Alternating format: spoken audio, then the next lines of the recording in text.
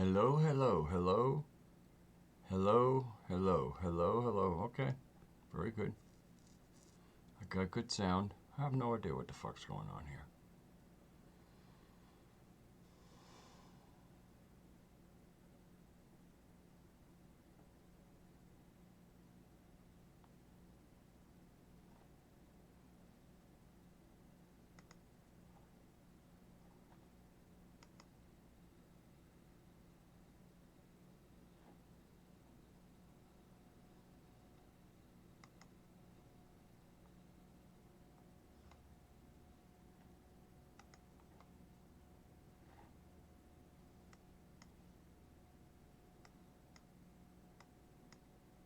Come on.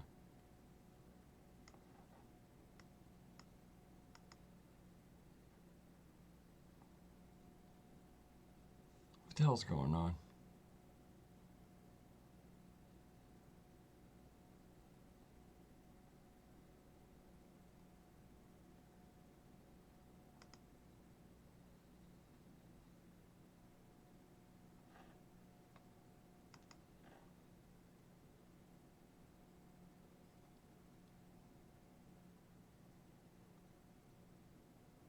Mm-hmm.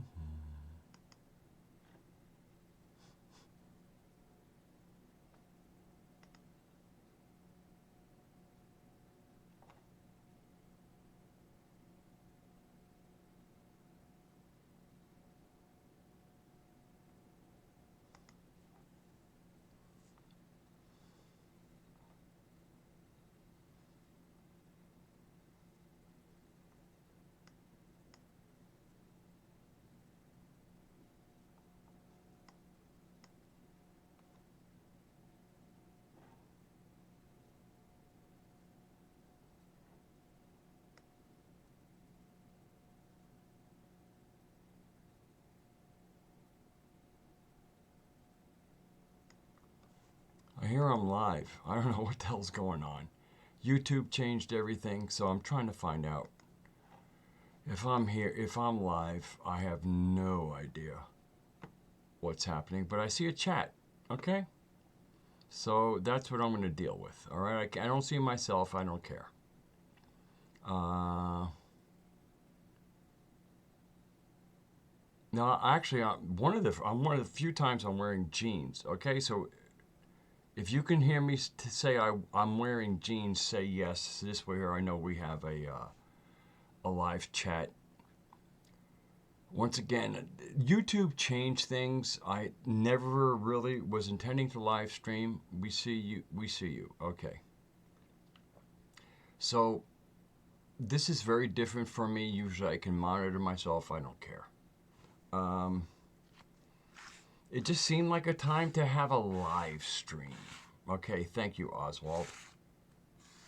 And because I don't want to talk about a lot of the things that other people are talking about. Matter of fact, I just, I'm subscribed to Walter Bossy. I'm even a moderator there, and he had a stream tonight, so I was able to to participate. And I'm so looking for I'm looking for something outside the Matrix conversation, or I would like to say Patrix conversation. Hello, Christian Martin. So hello everybody, actually. Hello, Deborah Rubenfeld. Good to see you here. So again, I don't have a theme. Saturday Night Jive. I'm kind of coming off. A friend of mine took me out to a local brewery where they make their own brew. So we were sitting peaceably, and they also now have a takeout window. So we were sitting inside where they have a limit of 10 people inside. They're calling it the Kuti Rules, and I love that. Here are the new Kuti Rules. Only 10 people inside and 6 feet distance and whatever. Okay. So, but the funny thing was almost everybody I met there, we were all kind of like winking to each other like, okay, we have a psychology to deal with here. Let's do this with like some kind of grace.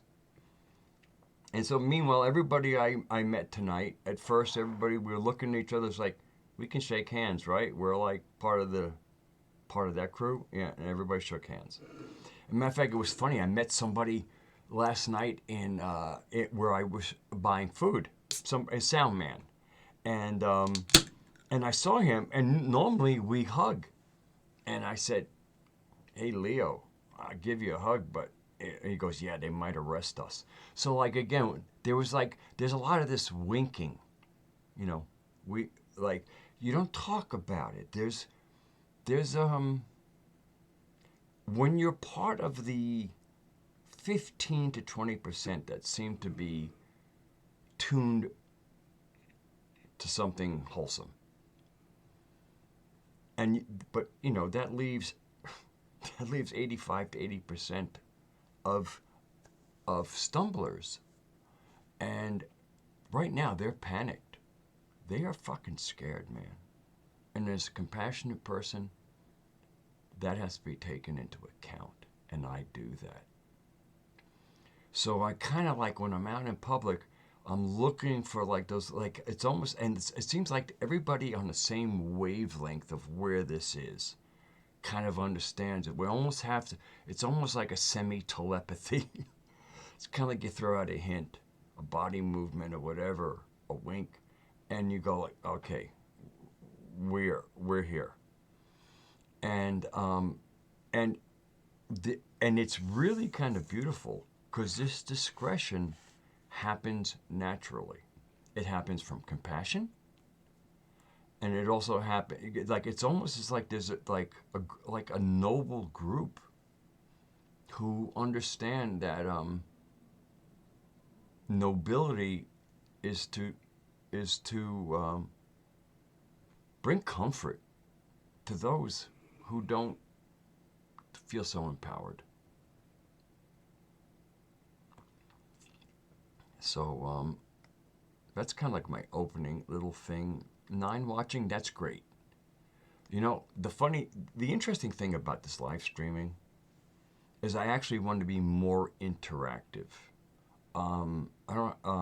Because to me right now, communication is paramount, very important.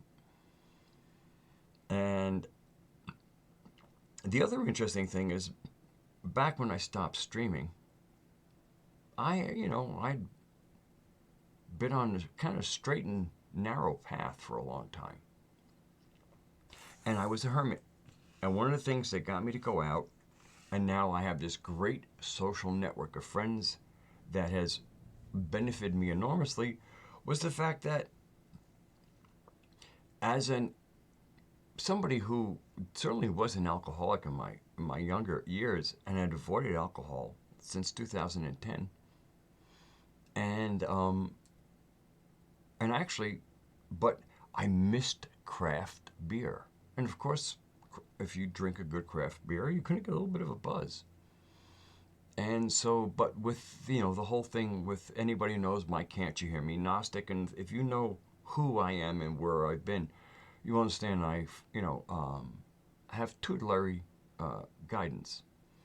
And so I checked in. It was really surprising that there was like a positive, like a little bit, a thumbs up towards going out and socializing and drinking beer, and even occasionally having beer at home. And good craft beer. Like right now, what am I drinking? A locally produced shotgun wedding beer. It's a brown ale. I only like browns. Here we go. Looks like this. And also, one of the funny things I noticed was very often in chats, at least not necessarily in my chat, but in most chats, people are like, smoking spliffs, talking about, what they're drinking. And I said, you know what? Maybe I'm out of sync with these people. And I don't need to necessarily get, fucked up. But, how about, maybe like loosen myself. And I found it quite successful. And now I have a great social circle. I walked to a club that was only about 1.5 miles, maybe 1.25 miles away, maybe a mile. And made myself a regular. And then people realized I was actually walking there. And they go, well, I got a car. I can pick you up. Now I have people taking me to the store. And so the other thing I realized, part of when I pulled out of doing streaming was probably because I was too sober, too sober for the audience. Now, keeping my sacred connection is everything to me, and part of a really good brew. I mean, making good brew, that's craft. And anytime we have craft, we're starting to be in the realm of the sacred. But then the whole thing is, will we use the craft sacredly, wisely? And so there are, I would say there are really good ways of using any of the sacred herbs, including tobacco, cannabis, the various alcohol drinks. But in other words, I'm somebody who actually enjoys flavor. And that's why, for me, rather than other higher things, I like beer, because it's something you can keep on tasting. And when you like that, I'm like somebody who wants to consume something. Wine, you got to be a little bit careful, in my opinion, if you want to keep your wits. So I got into craft beer. Hello, Jerry. And it's really been interesting to use once again, the concept of sacred. I'd like to really if there's a theme here tonight, it's about us reclaiming what is sacred, because unless we make it sacred, it isn't sacred. Terms like, I might have done this before, but I'll do it again. Rights. R-I-G-H-T-S. Okay? Where do we get our rights from? And like, let's take the, Constitution of the United States, our rights are from the Creator. Yeah, right. Okay. The word rights comes from ritual. That is the whole root of the word in thing. And even when we get to writing, which is spelling, which is the writing out of a ritual. Okay. And even from the concept of, most of humanity seems to be right hand dominant. And the whole concept in what is sacred is like, your dominant hand would be your sacred hand. And then you would, the other hand would do the non-sacred things. So in other words, when you started to name things, you had a ritual hand. The hand that did your rituals when you had this concept. So that would be your right hand, R-I-T-E. Your ritual hand is your right hand. And what is the other hand? Is the hand that is left. You have the ritual hand and the one that's left. Right and left. Now, if you're a lefty, your left hand is your right hand, because that would be your ritual hand. And your right hand would be the one that's left.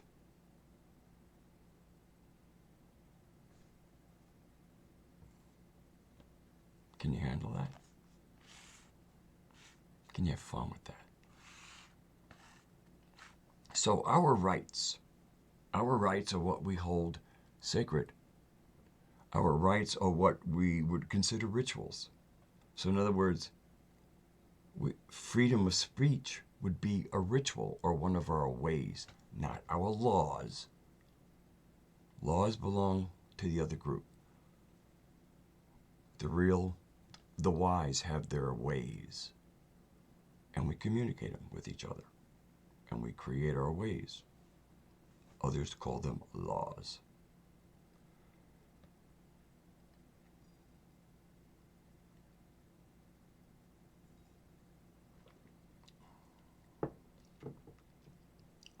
So our rights, do we hold sacred the right, in other words, do we hold sacred the ability to communicate with each other?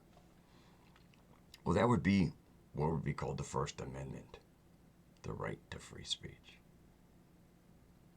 But they hide it in legal language, and they even changed it, the spelling of it.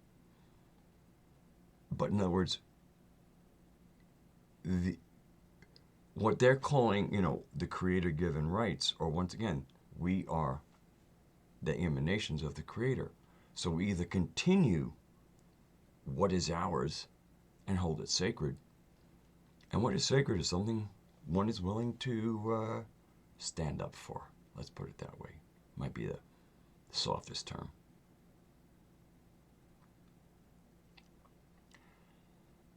Oswald, I met a lefty tonight, and he was a 22-year-old man, and I didn't guess he was so young. And of course, we got into like an hour-long conversation. It was great. We both acknowledged each other at the quality of our conversation. And he's a local from the Appalachian community I have come into and starting to be accepted. And once again, I'm meeting people who've been here for generations, and they're accepting me. And this is, you have like to come into an area, and you're not from the area. I'm a Yankee. Matter of fact, at 6 foot, it's funny, in the Bronx, at 6'3", I was tall a lot. Here in Appalachia, I hold my own, basically. And I had somebody broader and slightly taller than me from the area who wanted to tell a joke about Yankees. And he knew I was a Yankee. He said, no offense will be taken. And he said, Yankees are kind of like hemorrhoids. Ain't so bad they come down as long as they go back up. And I said, yeah, I get it. But then I said, I'm a Yankee who came down here to be with y'all. And he got it. They're different cultures. And one of the things, there really are subcultures. The hippies were a subculture, jocks were, there are different kinds of cultures. But there's a very real culture in Appalachia. And in case anybody's not that familiar with the Scotch-Irish that kind of settled in here, of which 1/4 of my ancestry derives from, they had so many skills. I mean, they knew how to cut down wood, build houses, do ironwork, grow crops, make whiskey. If you could give them some land, they needed nobody. And of course, they were into land that had originally had, the Native Americans, and they had skirmishes, and they learned how to guerrilla war fight. And they kind of had, basically a truce. They fought it out and realized, okay, you're here, we're there, blah, blah. We fought over the boundaries established. And they were quite independent. And in the Revolutionary War, Washington called upon these people because they were guerrilla war fighters. They knew how to fight, for real, and in the territory that they were fighting in. The English were completely lost over here. And so Washington used them, and they probably helped him,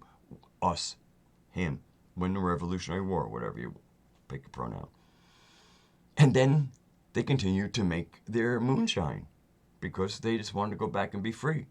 And the same man who used these people to basically be his strength had the whiskey rebellion because they would refuse to pay taxes. Like, what? We make our own whiskey. You gonna tax our shit? And I get it. I totally get it. And he brought federal troops and brought federal troops and shot the very same people who basically helped them win the Revolutionary War. So welcome to Gooberman. I saw a very good thing tonight. It's like, when all this blows over, when the virus is done with, now next we deal with government.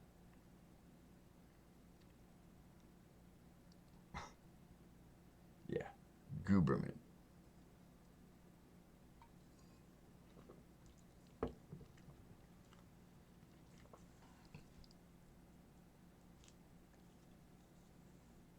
So I'm reading the thing.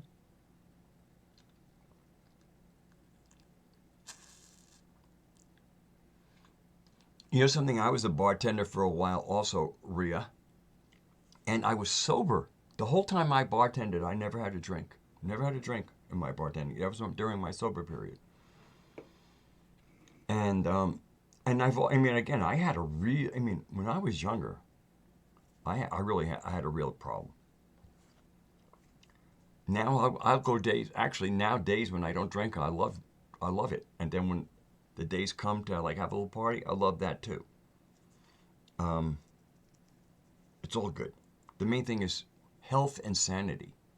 I mean, if we're going to hold alcohol as a sacred brew, well, then you better just like mainly produce good effects from it. And even for me, even if like psychologically, I mean, I'm on a very limited income. So even for me, even if like the consumption of a beer would be completely wholesome and sacred, if it hurt the fact that that beer cost me like $1.50, so like there's also like the management of our environment and being responsible.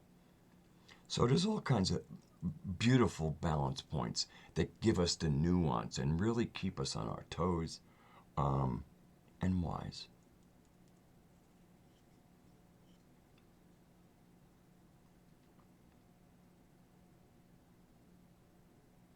So let's see.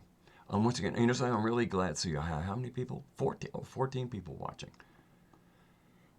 I really did want to make this more about the chat and with me kind of like maybe like I normally do. I'm a fairly good moderator. So part of it is like kind of like throwing something out, trying to see if it catches and then working with that. So a video guide to making moonshine. Okay, I'm gonna guess. That's the other thing. Chats could be, humor. First of all, humor and text. Oh my God, there could not be a worse. There is no. I mean, and we humans are humorous, and I get that we forget that when we text because I consider myself a humorous person. Text, oh my God. I mean, I've seen my own attempts at humor fail. I see other people's attempts at humor. Text is really sucks for humor, just so everybody knows. So in case anybody ever goes for the laugh and it really kind of sucks, it's really more about the medium than the person attempting it.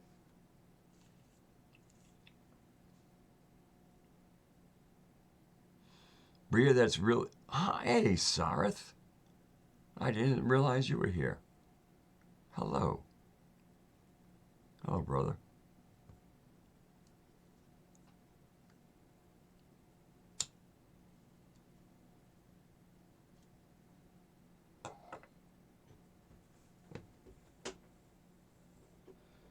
Actually, the last time Sareth and I ever even had like an interaction in real time, I was completely sober. Completely. Had been for years. And it was really interesting to have, I would say, my higher self say, you need to lighten up a little bit. You need to lighten up. And if you know how to do it properly, there's a way to lighten up. And if you do it improperly, you'll know, because your life will turn to shit.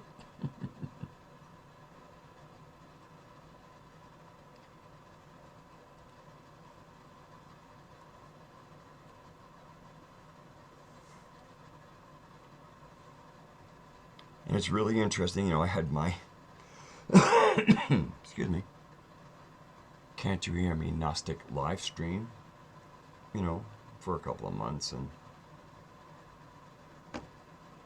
Gnosticism is a strange topic, so I stopped it.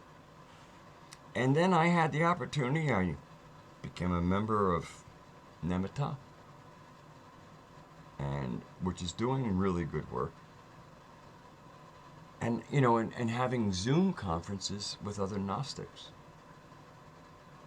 And I would have to say, other than the women, I wasn't sure what was going on. So I don't know if Susan, if you're still here, man, you're one of the people that showed up great.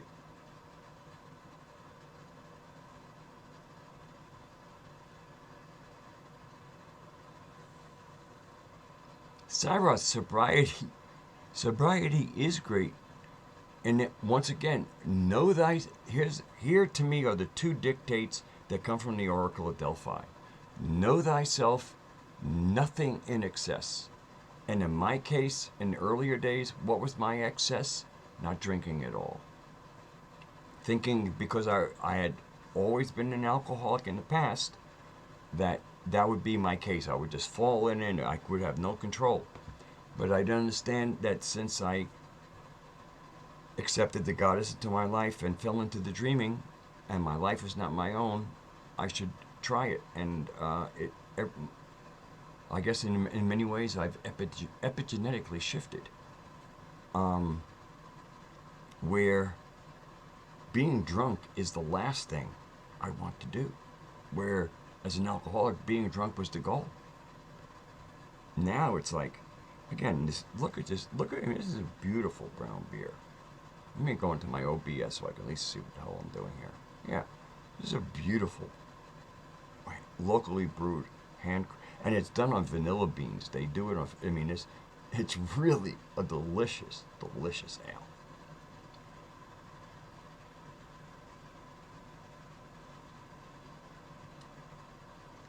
It's rich. It's a kind of food-like. And if you drink it, like if you drink it for the flavor, you can really enjoy each thing. I got a little bit more if it runs loose. And there's a softening that sometimes certain people need, and apparently I was one of them. I mean, you can really get kind of, I mean, when you really got your shit together, you can kind of, get a little scoldy. And that's what I think the goddess guided me to, or my own guide, Tara. It's just like, if you relax a little bit, you might be able to actually be helpful. And it was enormous, because I mean, now I'm going into bars, having really great philosophical conversations, and it's not like about having the latest conspiracy theory. It's about engaging people where they are, and a lot of these people are really, I'll call them, flyers. They can fly. Some people, they're going to keep a little close to the ground. They're going to be chickens and peck. There might be turkeys. They can get up to the higher branches. And other birds. Not everybody's an eagle or a hawk. But the thing is, the eagles or the hawks can come down onto the lower branches. They can even come onto the ground. So the whole thing is for me to meet people where they are. And some of these people are great flyers. Maybe their altitude is a little less.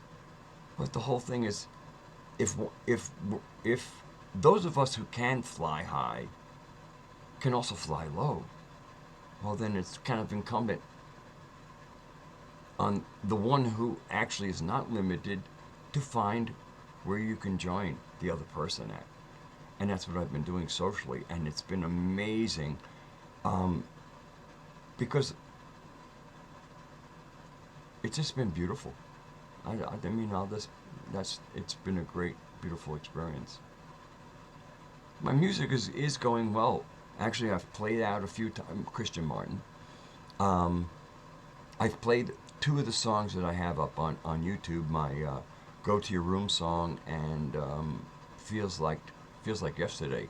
I've played them out, and I've played them out with people. I got some people to back me up. I did it last Wednesday, not this one, the past, because we're now on Saturday. The Wednesday before this past Wednesday, I was called to do a gig on Saturday. Did a rehearsal, 2-hour rehearsal on Friday, and then I played out, and I didn't get paid. Basically, I got a bar tab, and since they had good craft brew, I agreed to it. Unfortunately, they did not play in 432. They played in 440. which is why when they approached me, said, "Hey, that worked out really well. Maybe we can do this in the future." I said, "We'll discuss it, because I don't really want to be part of a band that plays in 440. There's no need for that anymore. I mean, it's the official tuning, but locally we can all kind of disrepair what was unrepaired real easily just by doing it."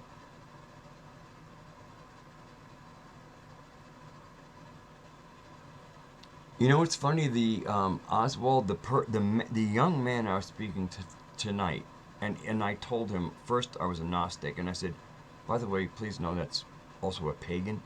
But then I also got into the concept of pagan really means back to the earth, because the Romans, who were polytheistic, were the ones who came up with the term pagan, and they were the ones who didn't participate in temple worship. You know, they had a little shrine by the river, by a tree, whatever. Those were the pagans. And so this person grew up, he said, until 2 years ago, he was a Southern Baptist. He grew up in a Southern Baptist Appalachian group. But now, he and we didn't get, it wasn't about terms. Once again, once you realize you're resonating on the same frequency, the more detail you get into, the chances are you might hit a landmine.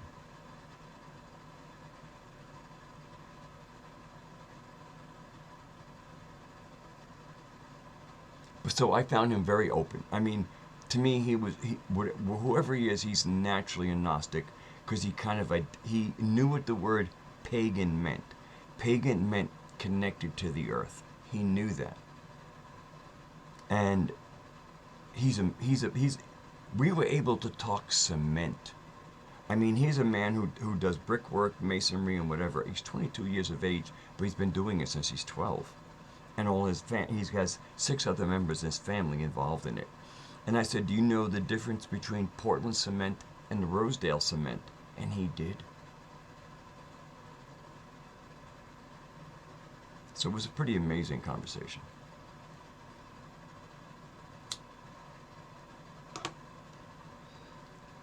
Both of us drinking over our. He had something. Oh, he had an Irish red ale. Red ales are about as light as I like brown and better.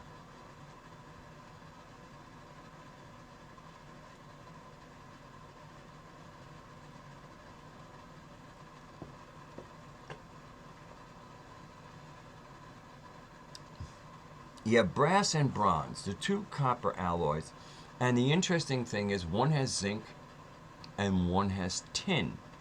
So the thing you would think bronze has a Z in it, and you go, "Oh, is that the one with zinc?" No, bronze is the one with tin. Brass is the one with zinc.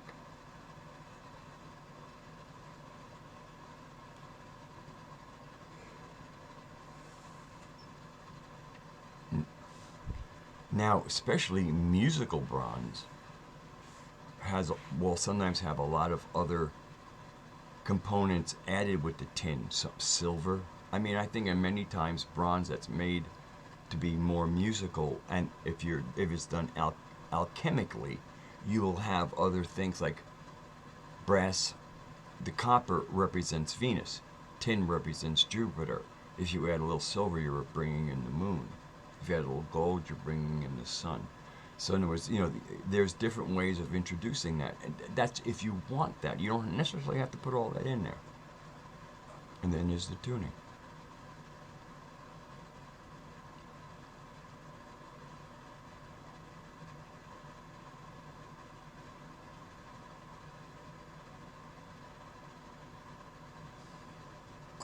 So Vernon asked, copper or brass better? Well, once again, knowing the basic alchemy of the elements helps us. So if you're looking for a Venusian kind of vibe, energy, pure copper would be you want. Now, if you want a little of the brass has zinc in it, and zinc has a kind of a correspondence more with the outer planets. It doesn't necessarily, because the outer planets are later discovered, so it isn't quite as alchemically defined as some of the other elements.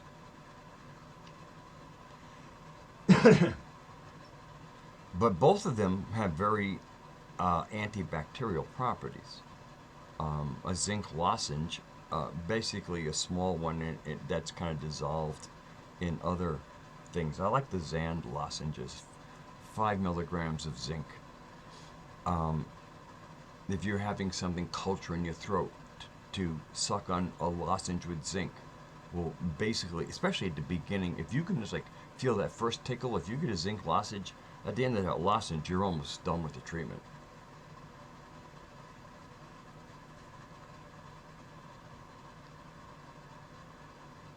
There are a lot of modalities for dealing with any kind of pathogen, including the pathogens of the day.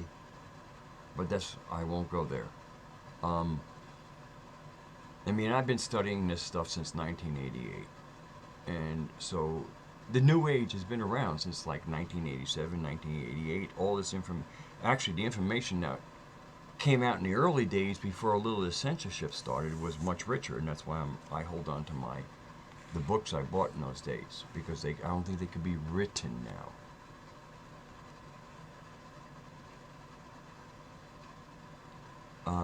But it's all out there. It's all to me. It's kind of like we're really at a certain crunch time. This is a little crunching. This whole isolation period and distance. This is a crunch. To me, it's almost like going through like that narrow part of an hourglass, where there was one reality here, and now we're transitioning. And not all go through. No, not all go through.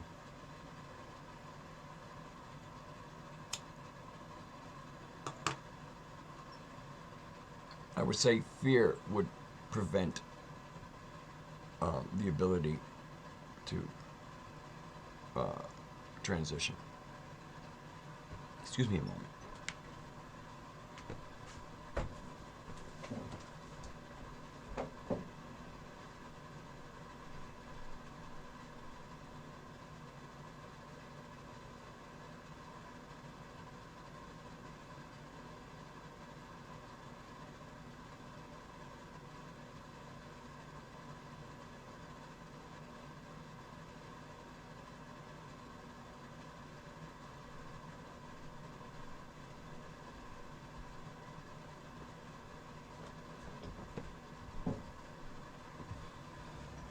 Okay, so let me check in with the chat.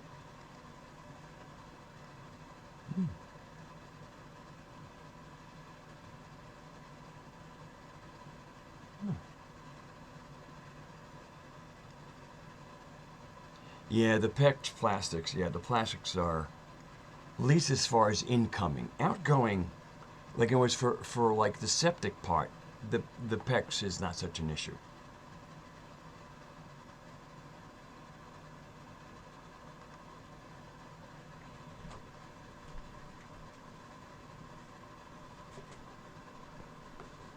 Let me see what that chat is.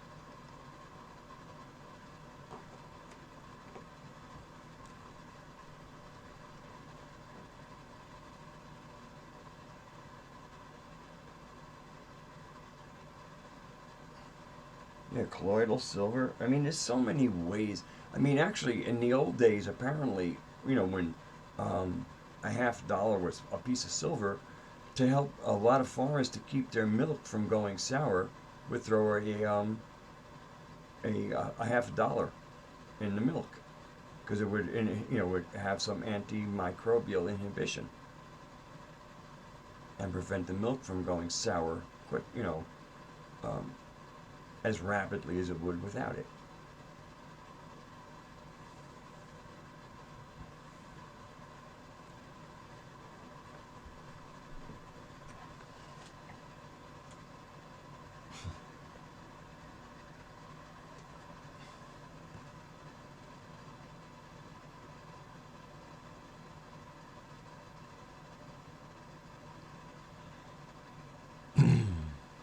I believe that, Oswald. Actually, the thing is, I have a Telecaster, and it has a stainless steel bridge, and I really want to get one of the ones with the, I mean, each one has like a separate steel saddle for a string, which seems to be improvement over the old bridge, which was 3 copper saddles for each 2 strings.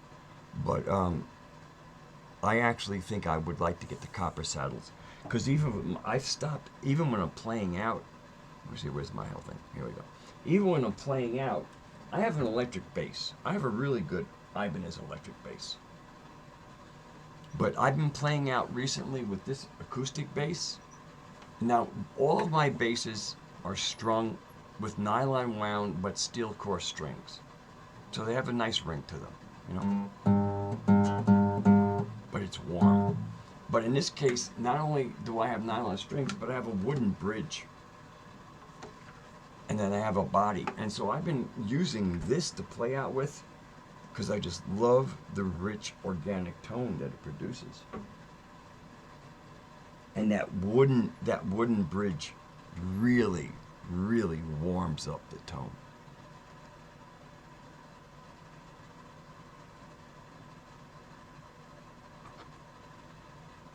I mean, I get compliments on my tone. Me and my playing too, but my tone actually matters to me because it's about making the band sound good.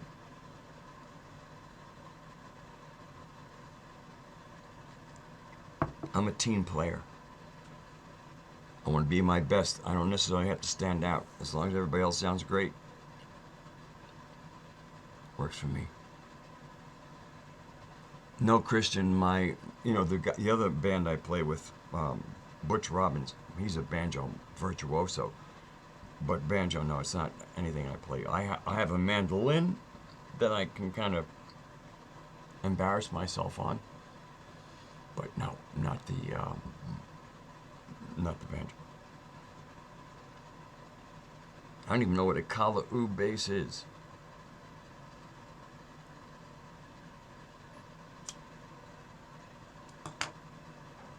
I'd like to know what it is.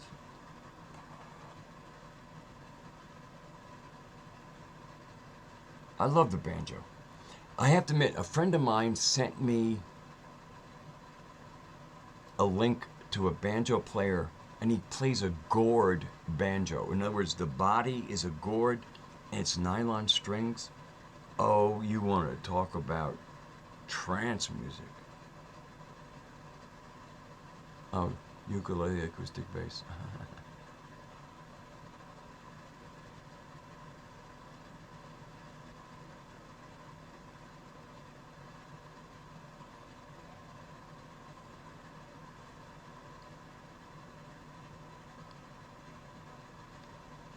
Well, with the nylon strings I use on my acoustic bass to me the closest thing I get to an upright. Like, in other words, one of the songs we played on Saturday night was "Take a Walk on the Wild Side." You know, I don't want to get a fucking a hit here, so I'll just do a second.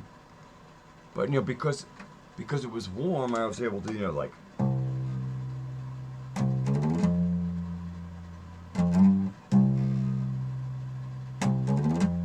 Okay, that's enough before they bring out the copyright police.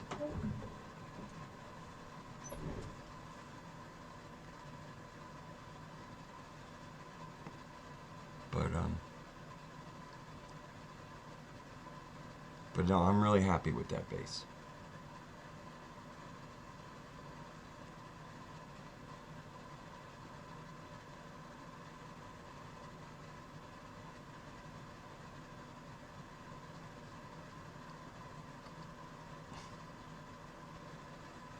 Even though I haven't heard of who you're talking about, Oswald, there are some. I mean, that's to me one of the great things about YouTube. Actually, is you can learn almost anything on YouTube. You want to learn gardening, woodworking. Oh, when it comes, there are people giving so much on YouTube, and the fact that so many of this crew basically, was chasing quote unquote knowledge. And then there becomes a market for it, and then Whenever there's a market, sometimes the market gets filled with goods that you might not really want to buy.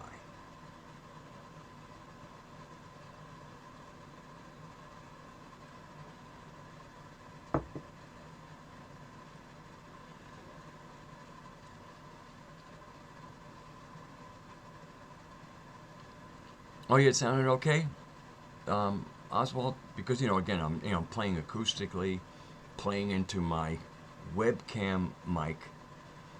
I still use my webcam because when I play it back, the sound is really acceptable, especially for speech. And so many people now are wearing, the headphones and the thing, and it's just like, I actually don't notice improved sound.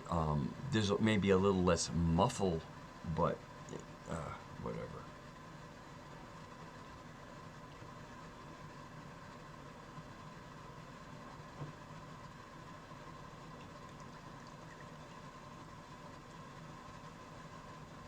I mean, I've had, it's wonderful. I mean, I've had bass players come up to me and go, "Wow, that's a really great tone you got there."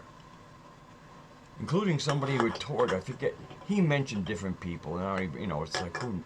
It's not important. He was somebody who toured for years, and he was coming up and asking me about, what are you playing and how you doing that.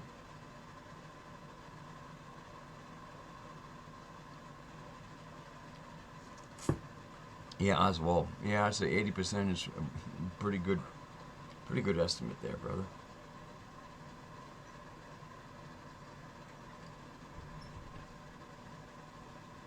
Although I have to admit, the one thing about, having a little bit of beer is picking up the guitar might not always be the best idea.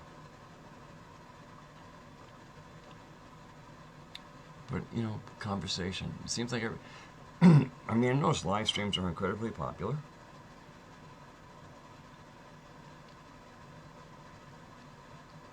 Yeah, I don't use wireless gadgets.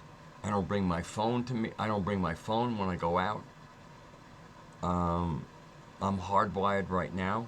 My computer is not using Wi-Fi. My computer is hardwired into the wall.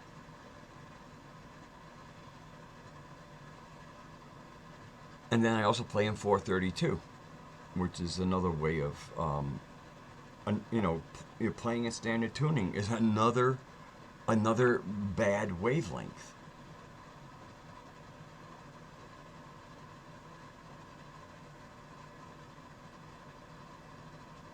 So fortunately, basically, I kind of limit myself to musicians who play in 432. That's why this band said, "Oh, maybe we should play together." It's my whole thing is if you're gonna play with me, you better tune correctly, or I'm not interested.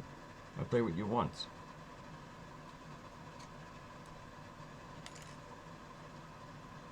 It'll be better for your voices too. I mean, these people sing. They'll be better off in 432. It's a natural, it's a natural resonance for human biology, which is based on sacred geometry.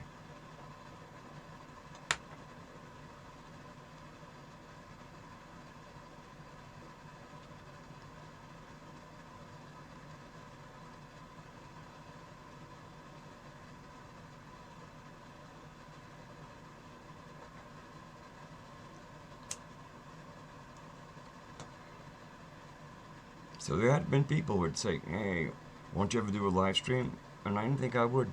But again, situations, um, being dynamic and not stuck in a place, um, I decided I don't know, it seemed like tonight was a good experiment. Saturday night, everybody's kind of, we're a little in the twilight zone right now. So, it just seemed like a time. And I was just like in the mood to, like, you know what, I don't really have a whole lot to say. Let me follow the chat and talk to people. See how that works out.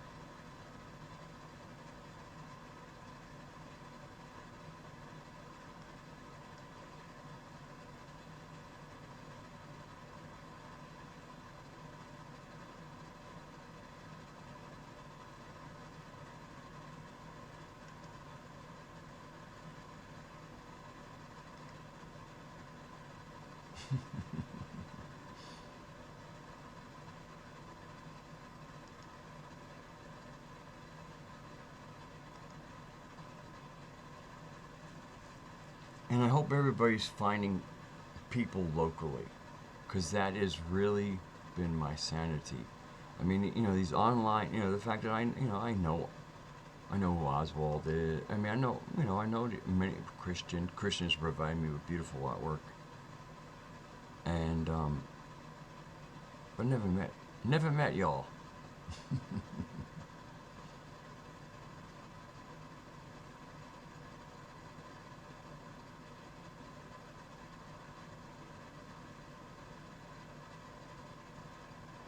Oh yeah. Well, Sarah, that's actually, if I had any purpose beyond anything, was to not talk about the topic. The topic.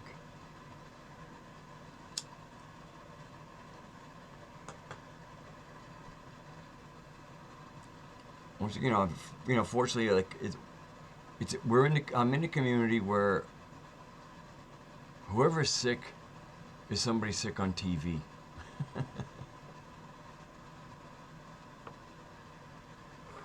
So, and it was beautiful. I went out tonight, and there was like a joke once again at the bar. It says the Kuti Rules. Okay, Kuti, like in words. Right away you realize, wink, wink. Kuti Rules. No more than 10 people in the establishment at once. Keep a 6-foot distance. But what do they call them? The Kuti. As in, you have cooties. I loved it. There's like a wink and a nod. We're like, okay, we're in the Twilight Zone. Let's not freak anybody out. Let's not give authorities any excuse to, kind of come in and go, oh, there's 12 people instead of 10 people here. So fortunately, there was an outdoors. We all she goes, oh, I just did a count. There's 12 people in here. 5 people went outside in a moment. Because we know what we're playing with. We know we're playing with bureaucracy. We know we're playing with this mindless patrix. And we're playing the game because we're smarter than the game. We're smarter than that game. At least those who are. And I would like to think anybody I'm talking to right now is that smart.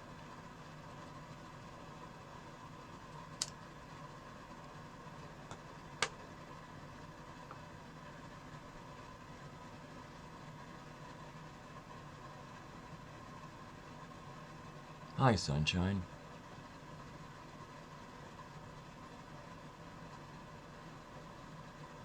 Yeah, this is a very different live stream than I've ever done because I've always done my live streams straight and narrow. Oh, yeah, I showed up. I showed up ready to work. But live streams are more about ready to party.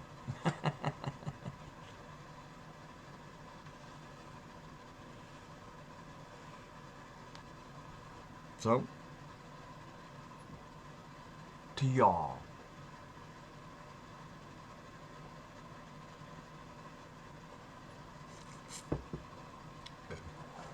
And Thomas Sheridan recently, I guess, revived something he hadn't done in 2 years called Ales and Answers. Thomas Sheridan is, I love the fellow. Do I agree with him on everything? Oh, thank you. But I think he's a great voice. And he's been doing a lot of his live streams from the driver's seat of his car lately. And he hadn't been going out to the pub because of whatever, and so he decided to sit in his car and have an ale and do ales and answers. And just like I had gone a whole bunch of period, being sober, and then finally I did some muscle testing. I went, would it be good? I'm feeling a little bit stressed out. Would it be good to go out and buy some beer? And I got as clear a yes as I ever got on muscle testing. Yeah, well, Oswald, again, Thomas is his own guy, and I would love to, to to share a pint or two with him. Because once again, the kind of conversation, like it was, the kind of conversation Thomas and I would have would have to be in person. It would have to be, touchy feely. I can wink. I mean, there's no other way. But again, for me, Thomas is the great pagan champion, and any pagan champion is somebody I like. Because there's too much of this other stuff. You know what I mean? The stuff that came after the pagans. There's just too much of that shit all over. The Hermetic stuff is loaded with that crap, unfortunately. Alchemy, not as much. Alchemy is really a language. Alchemy is a clean language. Hermetics. Hermes.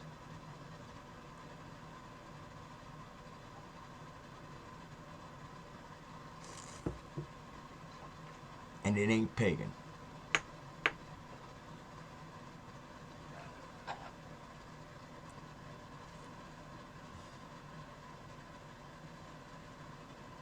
Okay, Vernon, thanks for joining us.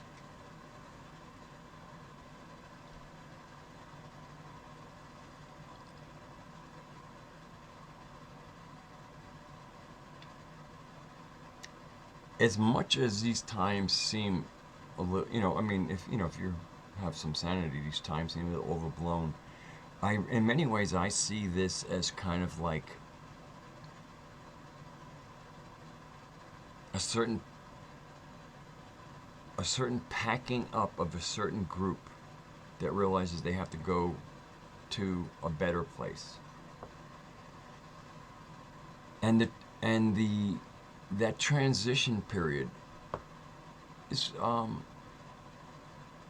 one that has some peril to it. It's kind of a hero's journey. In Tolkien's works, there was the elves going across the cracking ice. But and almost, there, like, mythically, there is a group of people who go through a dangerous passage and to get to a better place. And I think there's a big, I think these times have that mythic quality to them.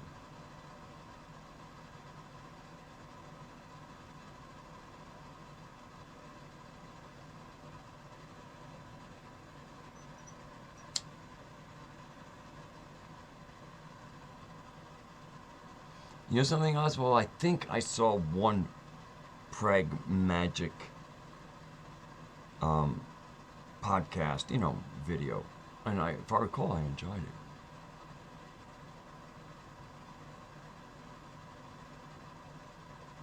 it. It's interesting, Rhea. I quit smoking at 18. That was a while ago. I'm 67, and I started smoking at 60.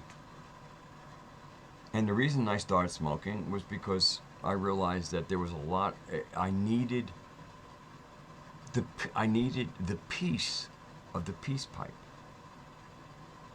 Tobacco really does mitigate archontic intrusion. Yeah, very Tolkien-esque.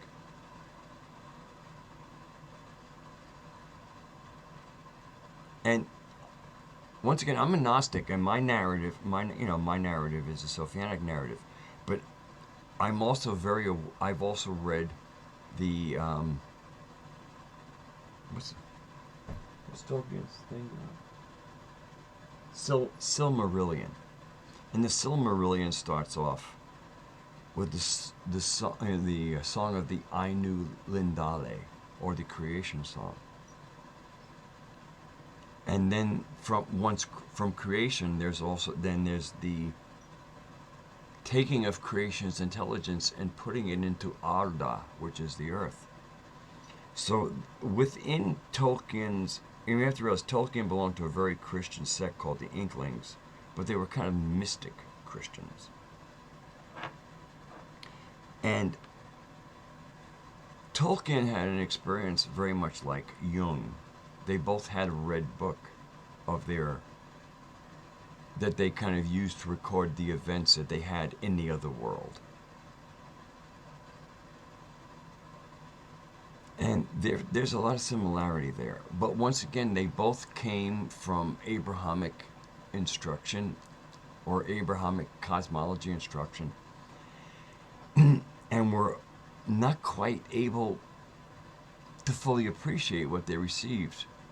But in Tolkien's creation story, I could take Tolkien's creation story and very easily place it beside the Gnostic or the Sophianic narrative and find a lot of agreement. Even his, the Iluvatar is very similar to the Propator that one finds in the Nag Hammadi texts. The Nag Hammadi texts I consider to be very troubled material. But there's, it's kind of like going into a garbage dump to find the good stuff that people accidentally threw away. There's more garbage than there is good stuff. That's the Nag Hammadi texts.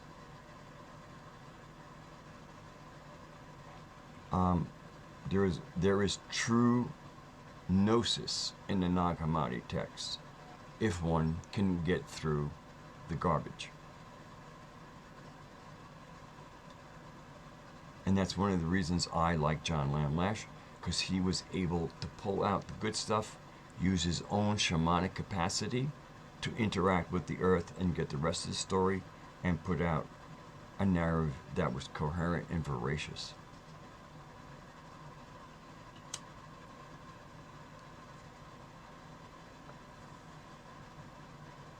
And to me, I call the narrative the message that John Lamlash gave to us. And then there's John Lamlash and his continued messages. So I separate the narrative from the commentary.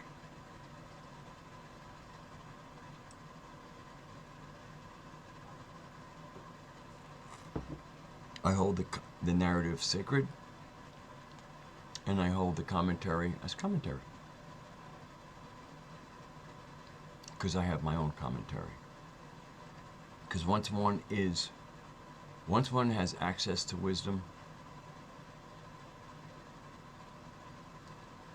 you have what you need.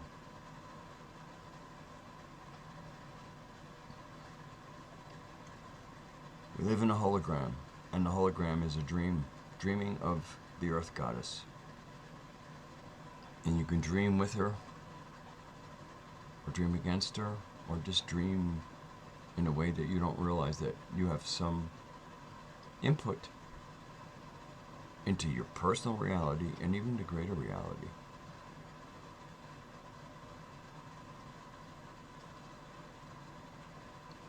But this is something that cannot be taught. It can be alluded to,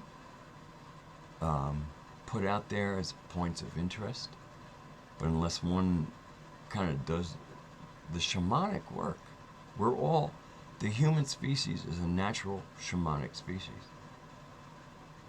And the reason we need to be social about the shamanism is because we need to kind of bring the pieces together and almost help each other with what we get.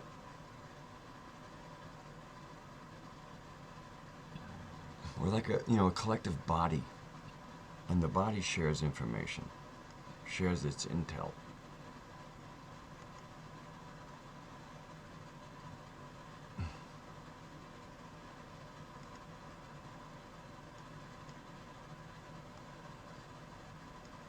So Ria, some of my videos are flipped into your magazines.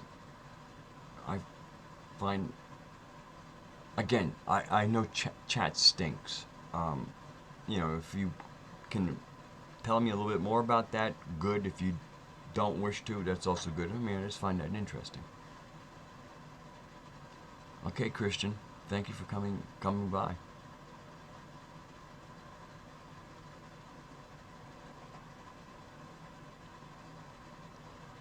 We as a species are like the cells in our body. And if we do, and it is about cooperation or not.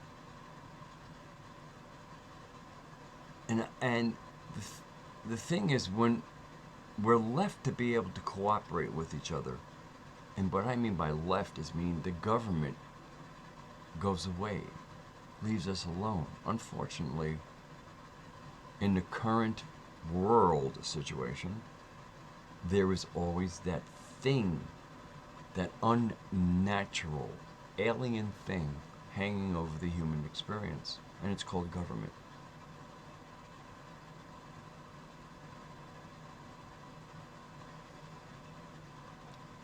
The reason our bodies, especially when they're under assault from our own bad habits or from other exterior things, will stay healthy is because the cells understand that unless they all cooperate and kind of reproduce what they're supposed to reproduce, it's going to fall apart. This is just wisdom. This is simple wisdom.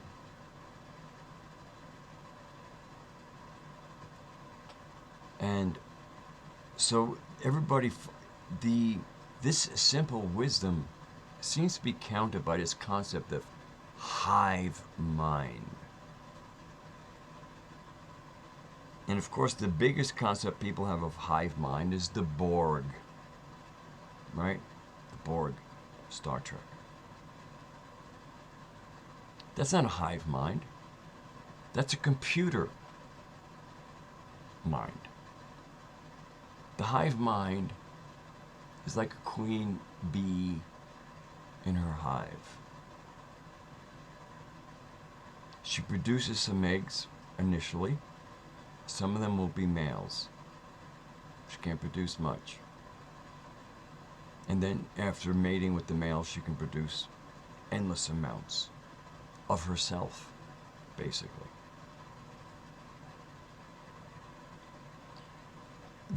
A lot of people think, oh, the hive mind, the queen, she's like this tyrant and all her workers there. No. First of all, the queen can't move. All she can do is lay eggs. That's all she can do. Everything that comes out of her is her daughters or her sons. She produces a minimum of sons because the sons only have one purpose, to procreate. And so, when there is a family that they're supporting. They need to keep the hive good. They need to keep it healthy. They need to bring out new offspring because they only live about 6 weeks. Hello, Ravenwolf channel. Thank you. Peace. And the thing is, these are all aspects of the queen herself. All of her daughters are expressions of her own being. And so, basically, she is stuck in the hive producing herself. But that's her role, to produce more of herself in the form of her queens, of her daughters. Any one of her daughters can be a queen if they feed her royal jelly. But they don't do that unless another queen is needed. Unless the queen has failed. Any one of her daughters could subversively eat royal jelly and become a queen, and then have to fight it out. Oh, is that wonderful?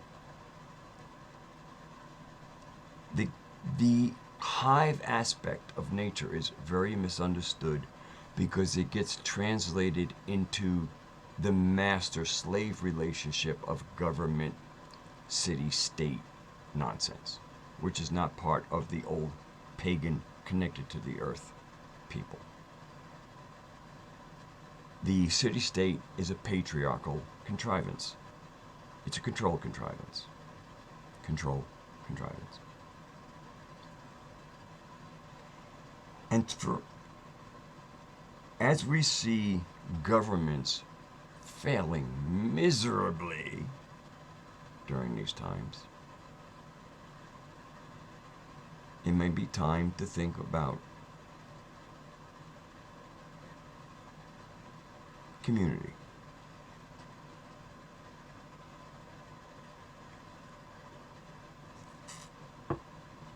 The ones you can garden with, the ones you can play music with, the ones you can have coffee or a pint with.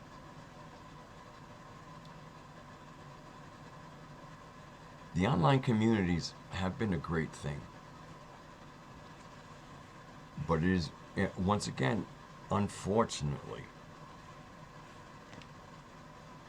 many of the people who once again, I mean, I'm a live streamer. You see my face, you see my voice. So that's a real sense of, like, you know who I am. In other words, if anybody here in the chat and I got on the bus, you would recognize me, but I wouldn't recognize you. That's a little weird. Just a little weird. It's weird from a human perspective. And I think it's good that it should be weird. Because I feel there's been too much comfort with the concept of an online community. There's great comfort in that. But we should not delude ourselves that people that we have had multiple interactions with, sometimes in online chats, if we sat next to them on a bus, we wouldn't know each other. That's fucking strange.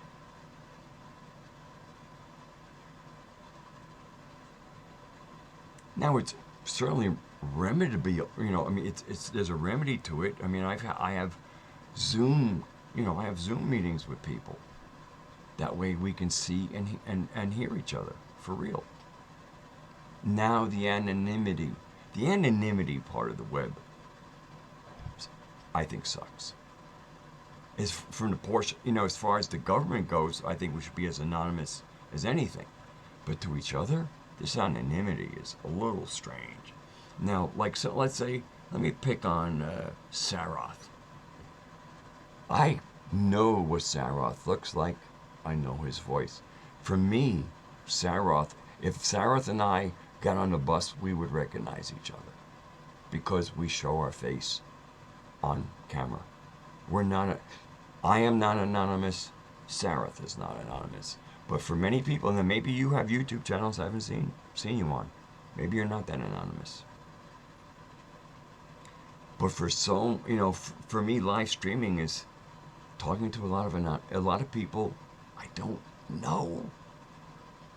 And I find that weird. Like my friend Vernon, who signed off, we Skype a couple of times a week.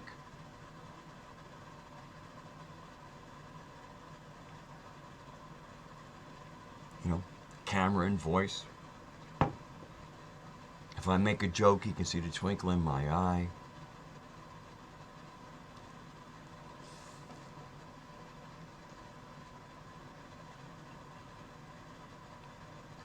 Yeah, well, that's the Mormons have kind of, become a tribe, and that tribalness. Well, I mean, look how long the Hebrews been, through a lot of shit. Still a tribe.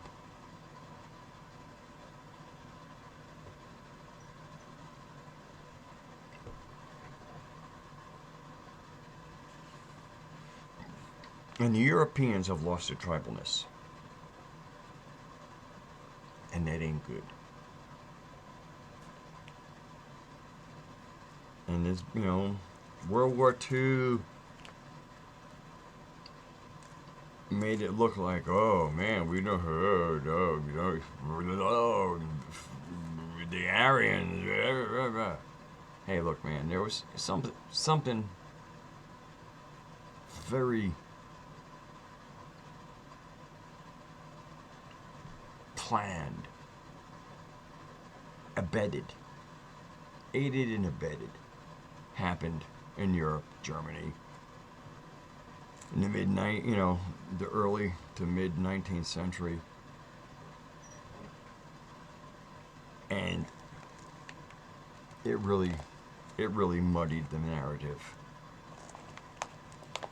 Ain't nothing like creating a sense of original sin in a people to fuck them up forever.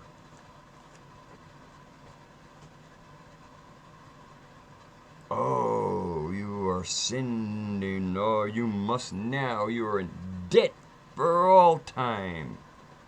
Well, it starts with the Old Testament, but that's what always been heaped upon the Germans. And it ain't right.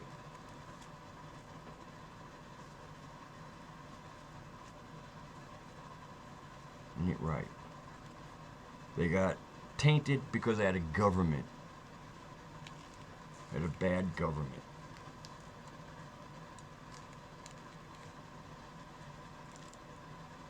And this is what people need to realize.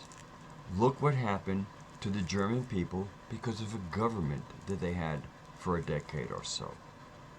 Look at the price they're paying for their government.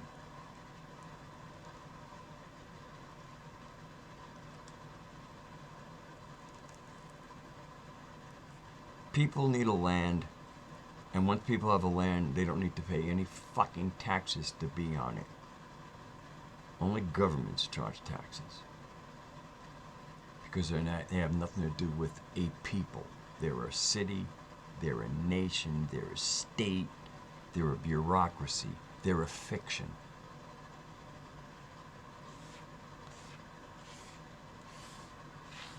By the way, I might delete this after we're done, so this is a live stream. I have no desire, really, for this to be preserved for any reason. This was an in-the-moment thing. Me having something to say, I'm really following the chat tonight, because this is really what I started it for. What do you got to say? You can see my face. I can't see your faces, it's okay. What do you got to say?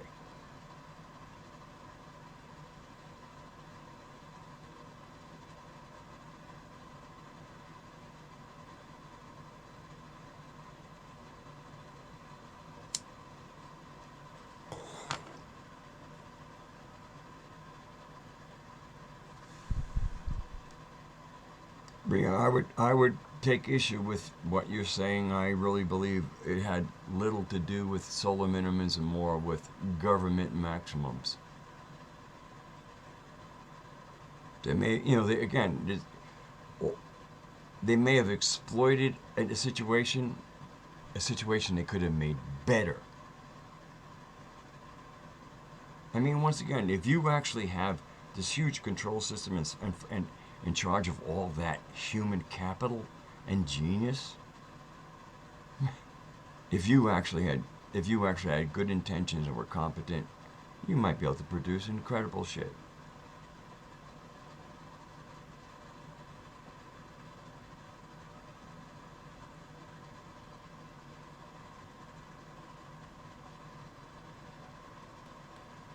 The wisdom is in the feminine energy, but the feminine energy should have a repository in what we would call the female gender, but the psychology is requisite.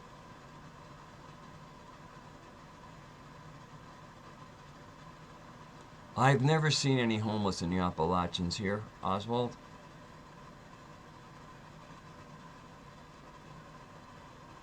Never.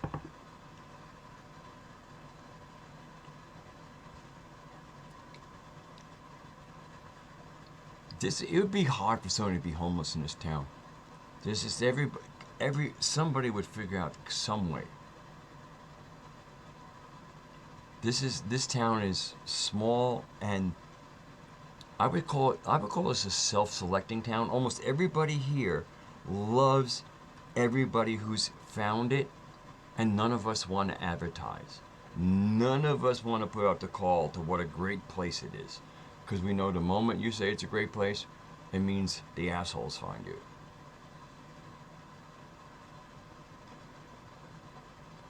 They're not only more resourceful, they have skills. They can, I mean, within my small circles of friends, I could rebuild a car, rebuild the bus, build a house. I mean, it's amazing. It is amazing the kind of people that congregate here.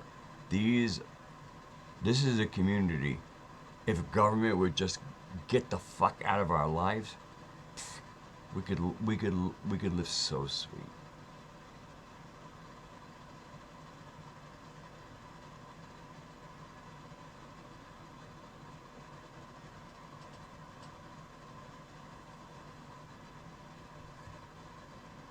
I mean, it's my same friend who can like fix any vehicle and machine parts and whatever. Also knows how to make beer and moonshine. He knows how to like pickle and can things. I mean, the skills around here are off the charts. This is what Appalachia always was. And the only thing that ever made Appalachia less than it was the government. Limiting people and how high they could fly. That's what government does.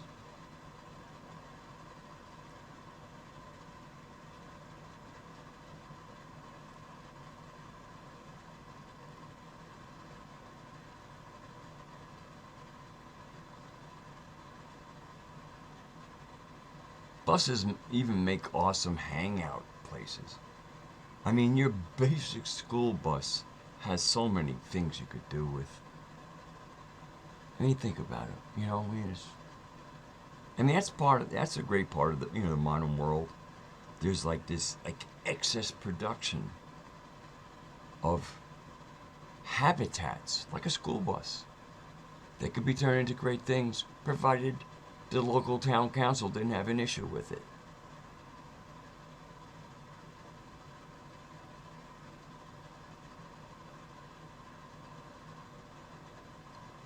The Appalachians didn't just survive; they thrived when they were in their heyday. It was way beyond survival.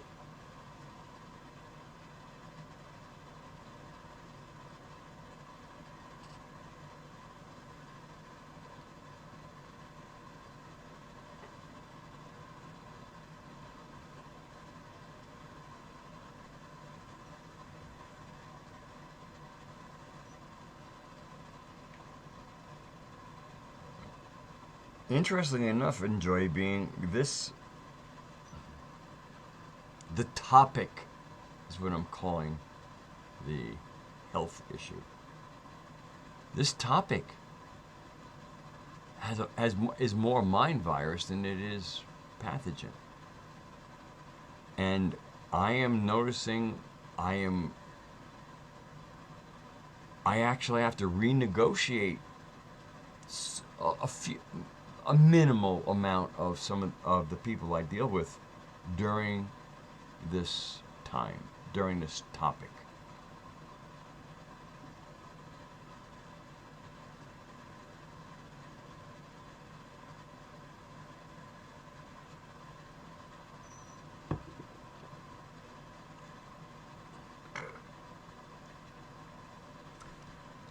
I really do believe Canada is going to get colder because of the North Pole is moving. It's moving towards Siberia. And in its movement, it seems to me, once again, wherever the North Pole is, kind of defines where the Arctic Circle is. And so it looks to me like certain parts of Canada might be in the Arctic zone, where I live in Appalachia, it might be lifted a little higher. In other words, I think our temperate zone has been lifted a little bit. It seems like as it moves towards Siberia, there's definitely a shift in the jet stream. And unfortunately, places like Alberta, Canada seem like they're going to be in the colder parts of things. I mean, I'm at 36 degrees latitude where I live. And apparently 33 degrees during a plasma event is very good. And 5 degrees north or south of 33 degrees seems to be also a safe zone.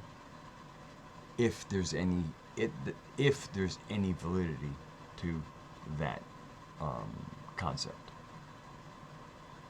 But I'm in it.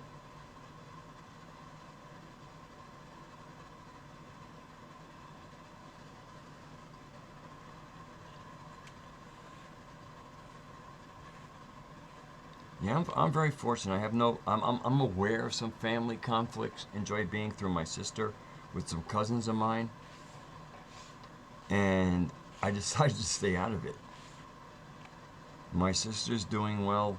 I'm doing well. She just turned 65 on March 10th. I called her for her birthday. And she still sounds like the voice. I mean, just like kind of like me. You know, my voice is pretty much the voice I've had all my life. Some people, as they age, their voice changes. But and I've heard it in other people in my family. But my sister still sounds like my sister. She has. We got some pretty good genes, me and my sister, I gotta say. Because I'm 67. And when I told it when I was speaking to the 22-year-old tonight, and I was surprised I thought he had to be in his 30s because he was quite sophisticated. And when I told him I was 67, he was like, what?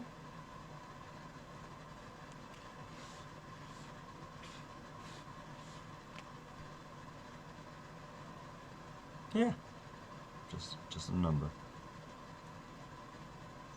I don't even consider myself elderly or middle-aged at 67. I'm serious. I'm serious. Matter of fact, one of these days, I guess when I go to the supermarket, I'm going to go, hey, do you have a 10% seniors discount here? I never thought to ask. Because I forget, I mean, it's like, oh, wow, I'm technically a senior. They might be, I might be able to save a little money here.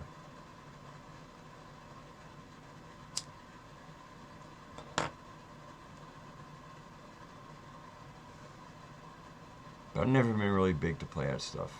I mean, as far as I know, on the income I live on, I probably qualify for food stamps.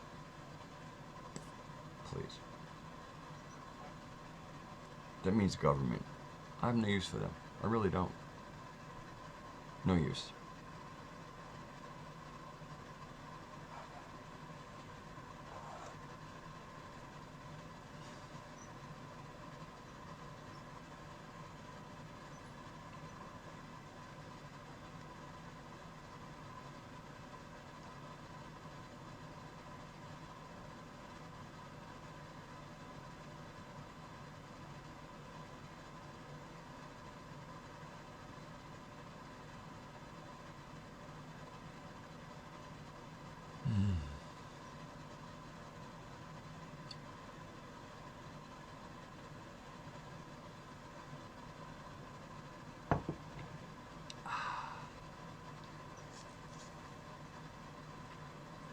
I'm reading this chat, by the way. Okay, Rhea? Yeah, I love trees.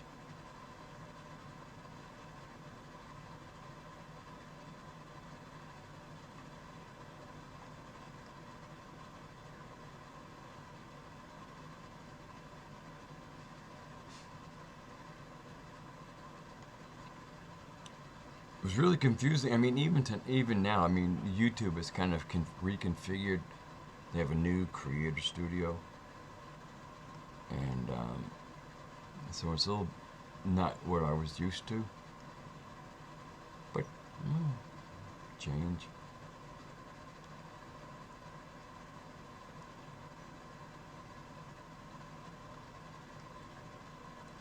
I was glad to be in one of your live chats recently, Sarah. That was a good one.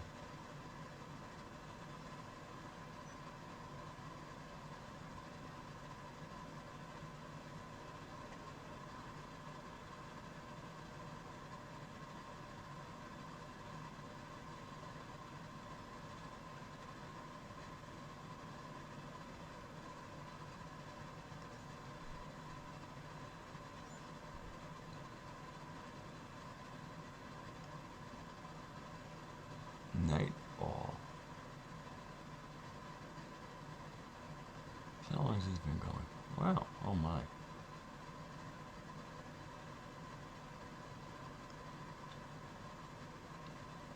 Well, it seems kind of quiet in the chat, and so I mean, the main reason I really kind of started up this live stream is see what was on, what people had to say, because I never, it's kind of difficult. I mean, there's so much wonder going on in my life, but that seems kind of sacred, and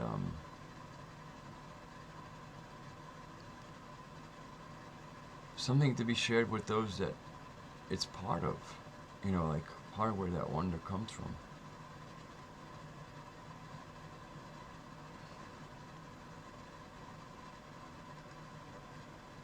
So maybe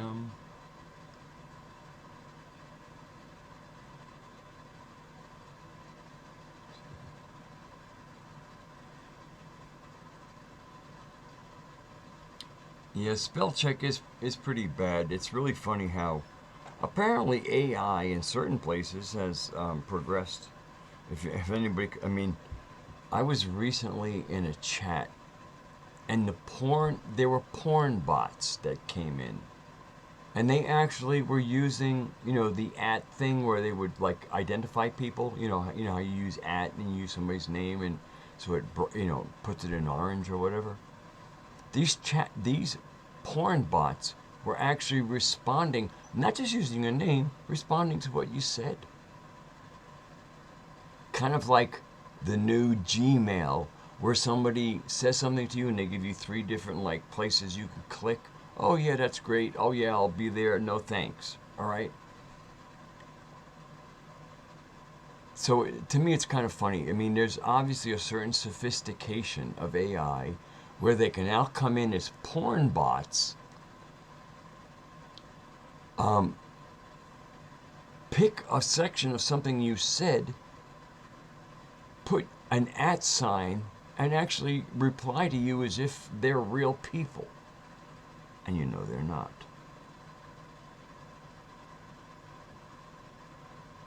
Okay, Sarath.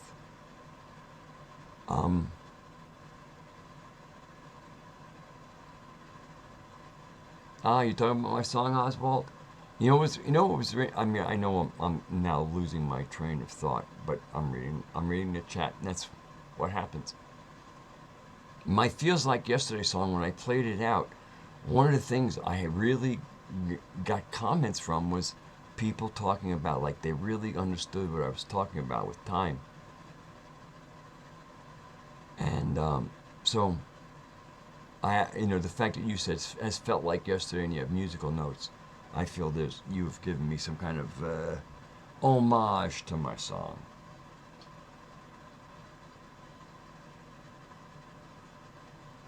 Thank you.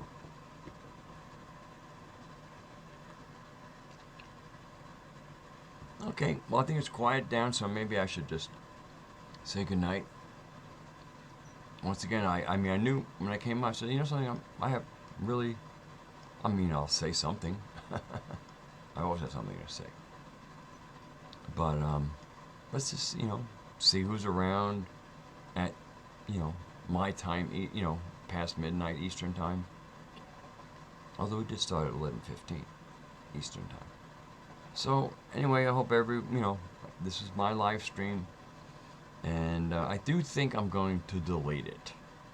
I really enjoyed talking to everybody, but I think there's no need for us to preserve this for posterity.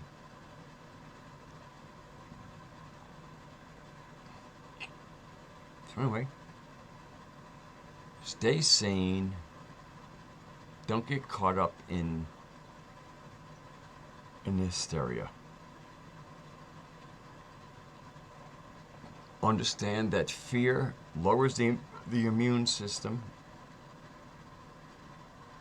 and if there is any nasty pathogens out and about, you want your immune system to be robust and able to either resist or mitigate any influences from nasties. Oh, I like that. Don't be a COVIDiot. Very good, Oswald. Very good. I like that. Big time. So don't be a COVIDiot. Once again, I mean, I'm all about compassion. And there's a lot of fear. And there are also populations that are always really fragile during any outbreak of any kind of pathogen. And so to me it's a good time to maybe have a certain consideration. But let me tell you, if those old loved ones saying fuck that, come over and give me a hug, well, make your own decision. I know what I would do, but I will not offer counsel.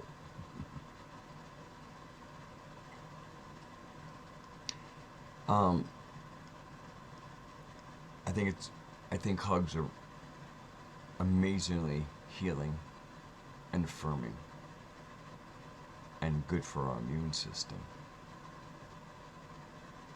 And more important, I mean, the most effective thing we have against anything is our own innate immunity. And that immunity could be anything from like nothing happens to like, oh, well, I feel like shit, so I'm going to take my echinacea, my vitamin C, and whatever. I'm going to do my tea tree inhalations because my lungs feel like shit. And I'll get rid of whatever's going on there. But this is a time for great compassion because there is a lot of fear. And fear does not know reason. And if you encounter fear, this is not a time for us to educate anybody. You cannot educate the fearful. We can only comfort them. And that's my counsel. If you're like myself and feel like, this ain't no big deal, but you're surrounded by people like who are actually terrified because they really feel that they might die. And of course the fear of death is another discussion, but not to be had here. This is no time to judge. This is time to be compassionate. If you feel a sense of calm in the storm, emulate that and be careful with words again at this time. I've done my own experiments and feel them out. Feel them out. If they're in a state of fear, be careful. If you realize that because again, everybody's kind of using caution words, and we're all feeling each other out. And if somebody gives you the signal like, you want to shake my hand? I mean, again, that's shaking hands right now is like a kind of like an act of rebellion. And but it's not something to like flaunt, because there are people out there who are fucking losing their shit over this. And so for those of us who have any sense of a center, we need to find a way to have conversation with those people that where we don't come off as superior or more knowledgeable. The last thing, we don't have letters after our names. We're not on TV. You have to realize this is a conditioning. Letters, being on TV, having a title, this means what you say is important. So no matter how sane those of us who have a different narrative might be, we're not on TV, we're not famous, we don't have the credentials, we're just full of shit. And we're just gonna upset people. So my best advice is for those who have a sense of sanity, provide a sense of calm, but do not incite the fearful with again, it's almost a mask one must wear. It's like if you feel they're concerned, well, let them, oh yeah, it makes total sense. I can understand your concern. Of course, and again, The concern for old people in any flu season is always prudent. So I guess that's my night. All right. I don't even know how to shut this down. Meekness. I'll just hang on for a few minutes just in case there's a few comments. I have a little bit of a cigarette left.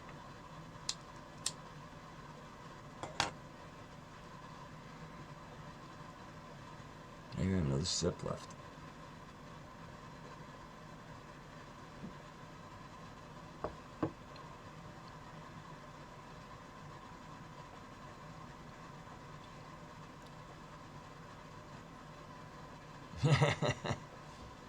You're pretty good I'm enjoying you tonight.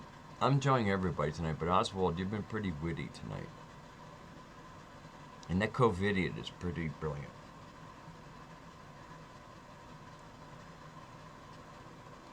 But even the term COVIDiot, I would only want to use with people who understand what we're going through. The last thing I would ever want to do is somebody caught in a panic and call them to their face a COVIDiot.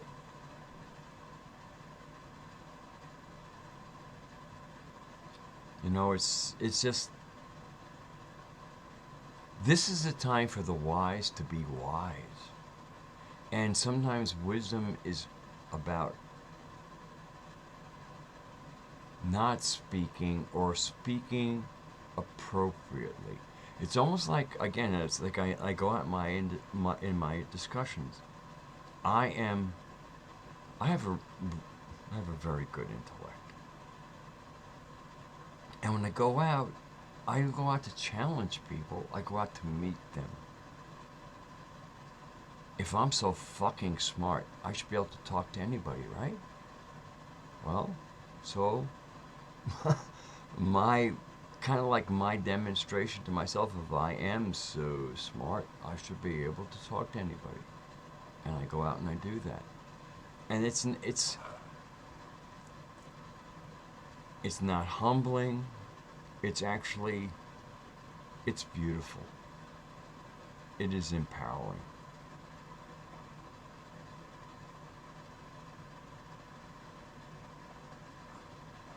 You know something, Oswald? I have an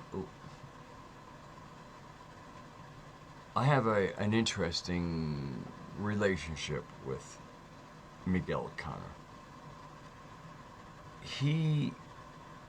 I'm really happy. I enjoy the discussions that go on there. As to me, as what I would consider myself a Gnostic. And to me, a Gnostic is a pagan. Gnostics are before any of the other narratives began.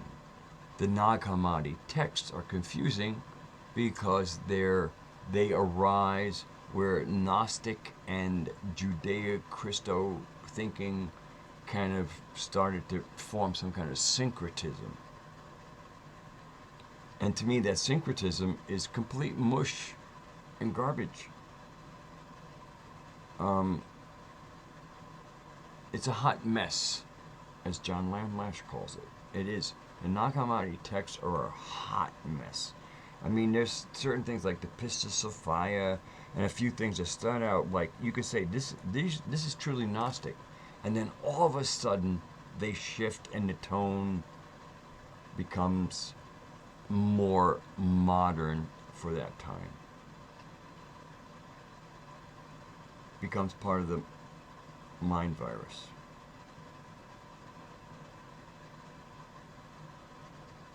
And yes, again, Miguel no longer shows the long view of his altar behind him. His altar is over his right shoulder.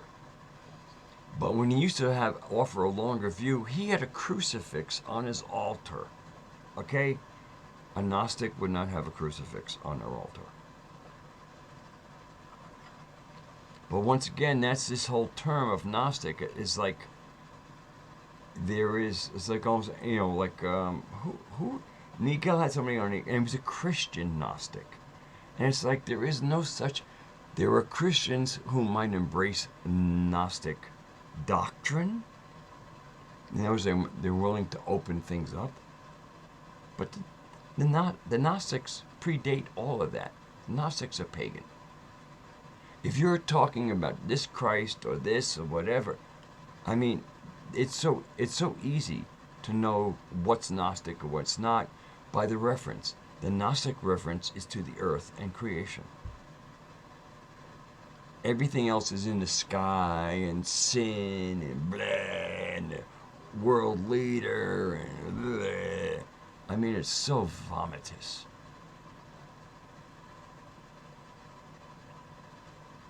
I'm not so hot on Richard Smalley. As a matter of fact, there's almost Miguel Connors had almost nobody that I really like. They're all kind of Christo-Gnostics. And then Anthony Peake has gone off into like this quantum land. I consider Anthony Peake one of the great. You know, I miss Robert Price.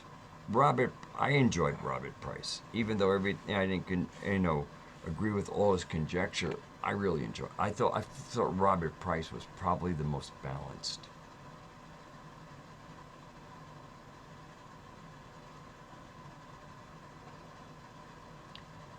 One of the things, to me, here's why I have such a high opinion of John Lamlash. Because when he gave the Sophianic narrative, which is really the wisdom narrative, or the narrative of our creation, and then the adjacent Shakti cluster to actually interface with the tutelary deities on this planet. Once John gave me those two tools, I was able to launch on my own. One of the reasons I kind of discontinued Can't You Hear Me Gnostic is even though I consider the narrative and the tools that John Lamlash gave people to engage with wisdom, and they are amazing tools. Once you kind of become your own shaman, once you get your own connection to Sophia, it might differ in a branch kind of way. In other words, the narrative John Lamlash I see as a trunk of a tree. And he has some commentary that I consider very voracious, that I consider branches. And the whole purpose of giving us that stock, that trunk, is that so we could then proceed as individuals with our own gnosis. And the gnosis isn't necessarily at odds, but there can be detailed differences.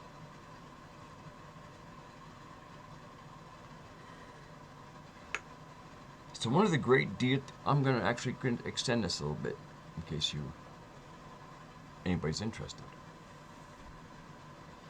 So I would say one of my biggest, the place where I fuck off from John Lamlash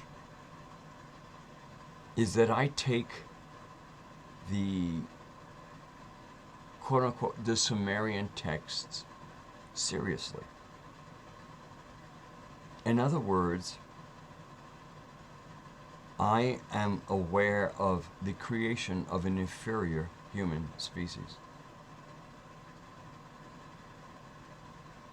But I don't really break from the Sophianic narrative because it's very clear from whatever Atlantean texts survive, and much of it is actually through Edgar Cayce. It was very clear that there was a group of very advanced humans, natural, earth-born humans of high technological skill that lived somewhere, and we can call that place Atlantis. We don't have to locate it anywhere. There was a culture. And within this culture of very high technological and highly intellectual and capable human beings, there was a rift. Dark Journalist kind of covers it a good deal, because he kind of taps into the Casey readings, and if nothing else, Casey gives us the fact that there was a branch of highly developed humans, one that were wise and kind of followed the Tao or the way. And then there was another group of humans that decided to be deviant. And they did all kinds of genealogical experiments, including hybrids, chimeras. I mean, Casey writes extensively on it. The House of Horrors, or the Island of Dr. Moreau, is kind of like a movie, you could say, based on that dark side of Atlantis. And so that dark side of Atlantis decided to create a worker human. And they did it by degrading their own DNA. And if you have ever followed Gordon White and his own investigations, and Gordon White is a great intellect. I don't agree with everything he says, but I certainly appreciate his intellect. And he has found in the modern human, which is now a hybrid, okay, we're all hybrids now,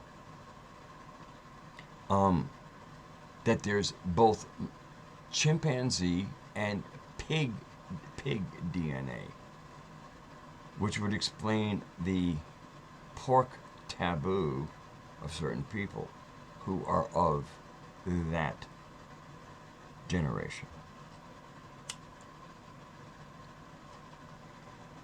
Even in, again, the mythos, I consider, for me, the Old Testament is the mythos of the Hebrews. Just like, the Iliad and the Odyssey are the mythos of the Greeks. Okay, so the Bible is the mythos of the Hebrews. There's where they tell their stories, they have their heroes, just like the Greeks tell their stories, their creation stories, and have their heroes. They are the same. They're a mythos. Mythos is not fictional. Mythos is kind of the real experience of a people told in a kind of shamanic language. Because at the shamanic experience, at the higher experience, the myths are quite valid.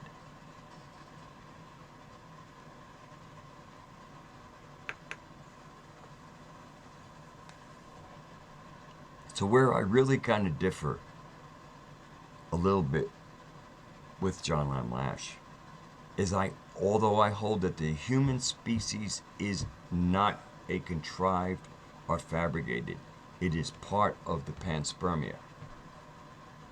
But that very same human species had a break to a good side and a deviant side. That deviant side decided to go into genetic experimentation.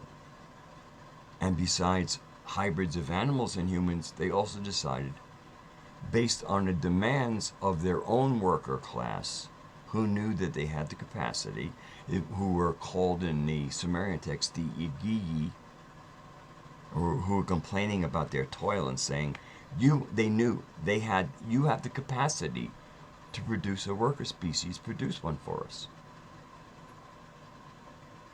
So they go to the drunken Enki, who was brilliant but a drunk, and he tells them, I can do this, but I can't do it without the wisdom of Ninhursag, because only the women really had it, as it was always. That's why there was the goddess worship. Women always had the real deal.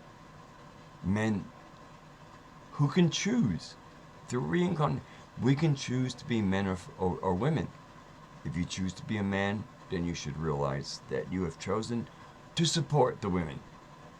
That's our role. Who else produces life? We contribute, they produce.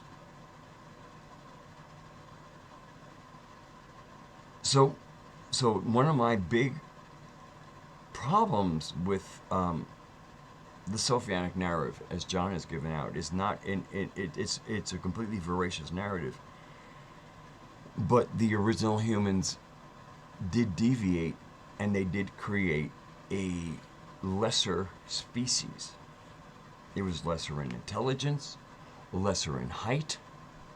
It was genetically flawed. Baldness was one of the traits of this inferior species. The original human species does not go bald. And the original human species, at least from the Cro-Magnon, from the Aryan point of view, is from the Cro-Magnons. Cro-Magnons are the first modern Caucasoid, and they were the Atlanteans, if there is such a thing. They stood, minimally about 7 foot tall. That was their average height. And so again, there was a deviance in them, and they produced a lesser species. The species hooked up with an imposter creator, Yahweh, Demiurge, Yaldabaoth,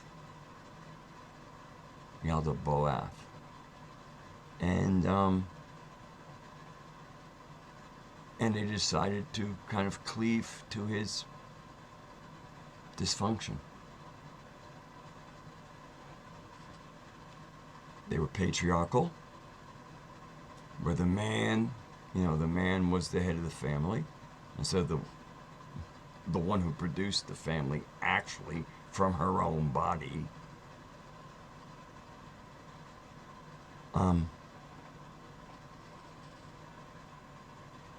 And it was a real trauma to the existing society.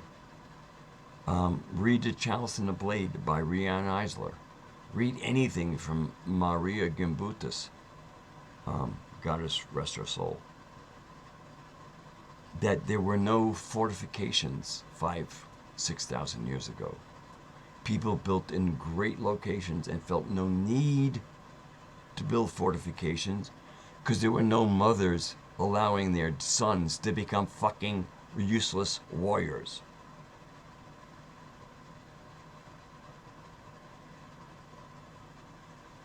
Somewhere in some part of the world, women lost control of their sons. And they turned on their mothers. And they decided to assault the world. Something that had not been seen, which is why there were no fortifications in the ancient matriarchal world. Somewhere, some women lost control of their men. And it's been hell ever since.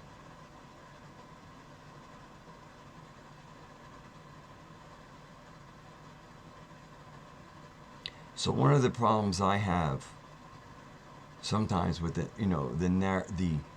dogmatic narrative of John Lamb Lash is he does not allow for what happened to the original human species. I mean, even in the Bible, okay, in the Hebrew mythos, when Cain was thrown out of the garden, what does he do? He goes to the land of Nod and finds a wife. Oh, gee, there's all kinds of people out there, aren't there? Yeah, the original humans. That's who Cain went and joined, the original humans.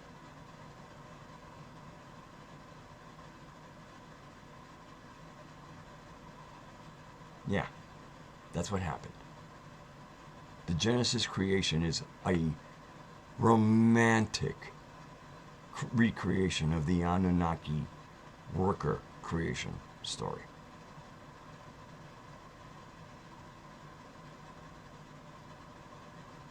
I mean, why do you think when the newly created being went into Canaan and described everybody as giants because they were all 7 feet or better.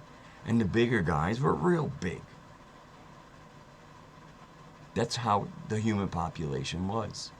They were the new inferior breed.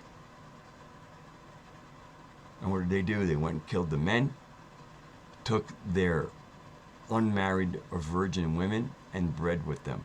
And it made them taller and smarter.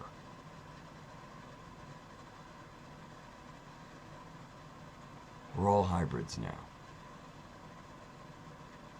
Even the Rh negatives, which is the original blood type, at least of the Aryans.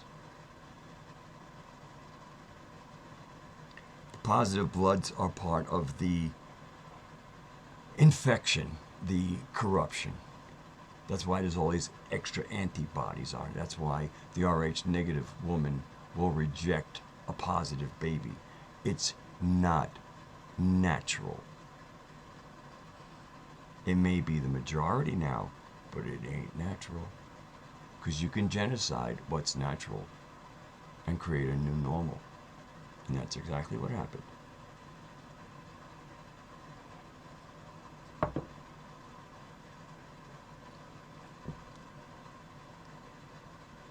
Okay. So I guess that will be my official message, and I'm still going to delete this video.